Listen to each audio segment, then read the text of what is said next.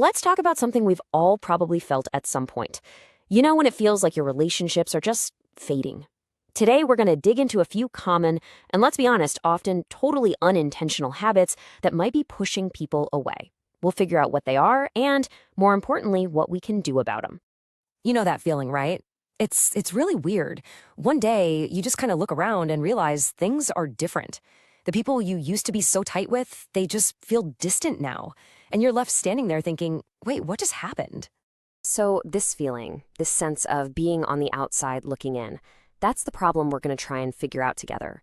The big question we have to ask ourselves is, did everyone else really change? Or could it be something about our own behavior that we're just not seeing? Let's start by looking at a few of the telltale signs. If any of this is hitting home for you, like that feeling you've got no one you can really truly talk to, or that even your own family feels like they're a million miles away, well, that's a pretty clear signal that a gap is forming. And sometimes the cause of that gap is looking right back at us in the mirror.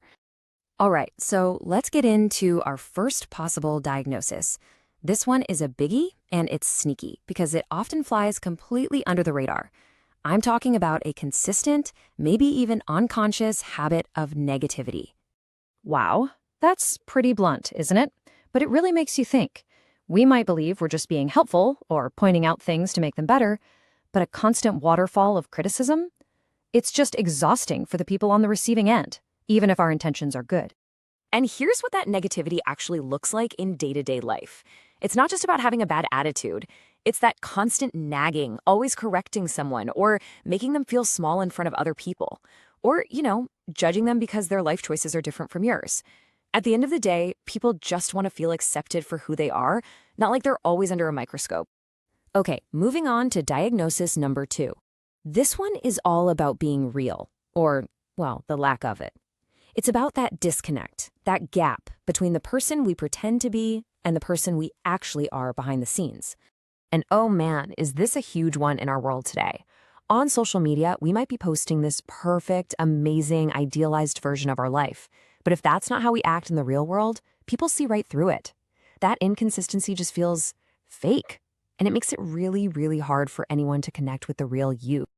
And that's really what it all boils down to. People crave what's real. They want to get to know an actual person with all their quirks and imperfections, not some perfectly polished image.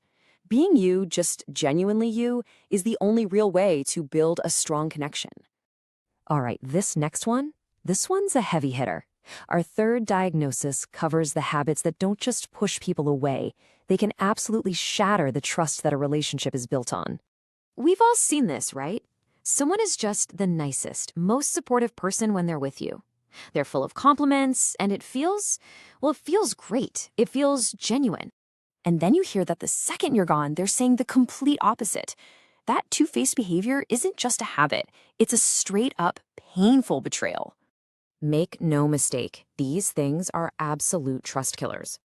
Gossiping, which is sometimes called chugly, or taking a secret someone told you in confidence and sharing it with others, actions like these send a very clear message. You are not a safe person to be vulnerable with.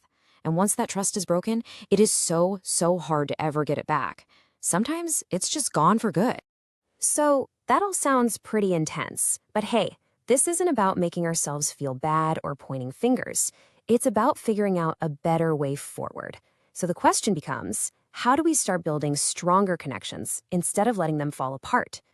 So here's the game plan, broken down into 4 simple conscious choices we can make. First, choose to be a supporter, someone who lifts people up, not someone who's always looking for faults. Second, just be you, the same you online and off. Third, be the kind of person who can be trusted. Don't gossip, keep secrets. And finally, respect people for who they are, not for who you think they should be. These aren't just feel-good ideas, they are the actual building blocks of relationships that last. So as we wrap this up, I want to leave you with this question right here. As you think back on these habits, the negativity, the fakeness, the betrayal, did one of them hit a little too close to home? It's okay if it did. Just recognizing it, that's the huge first step. And actually deciding to change it, well, that could be the start of a brand new and much better chapter for all your relationships.